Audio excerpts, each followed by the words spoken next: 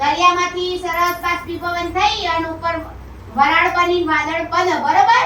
વાદળમાં પાણી ભરાય, પછી જો ભારે વાતાવરણ હોય, ગામ હોય, ગામ ઉપર થઈને આમ જતું હોય, પહાડ ઉપર થઈને જતું હોય, ત્યાં પછી એકદમ ભારે વાતાવરણ થઈ જાય એટલે પછી વરસાદ સ્વરૂપે ટીપ ટીપ કરી નીચે આવે, પછી વરસાદ જોરદાર વરસાદ પડે. કેવો પડે?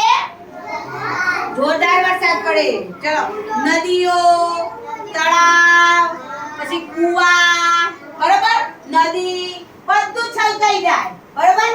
પાણીથી છલકાઈ જાય ને, પાણીથી છલ ભરાઈ જાય.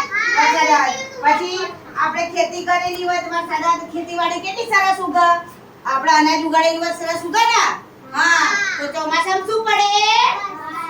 વરસાદ. વરસાદ પડે અને આપણે બહાર નીકળીએ તો શું થાય? આપણે ભીના થઈ જઈએ ને. હા, તો શું લઈને નીકળવાનું આપણે? છત્રી. શું લઈને નીકળવાનું? છત્રી. અને બીજું શું પહેરવાનું? રેનકોટ. શું પહેરવાનું? રેનકોટ, બરોબર? આપણે વધારે ભીનાવાનું નહીં. વધારે ભીનાઈ જઈએ તો પછી બીમાર પડી જઈએ, બરોબર? તો સારું, તો ચોમાસામાં વરસાદ પડે તો તાળી પાડો.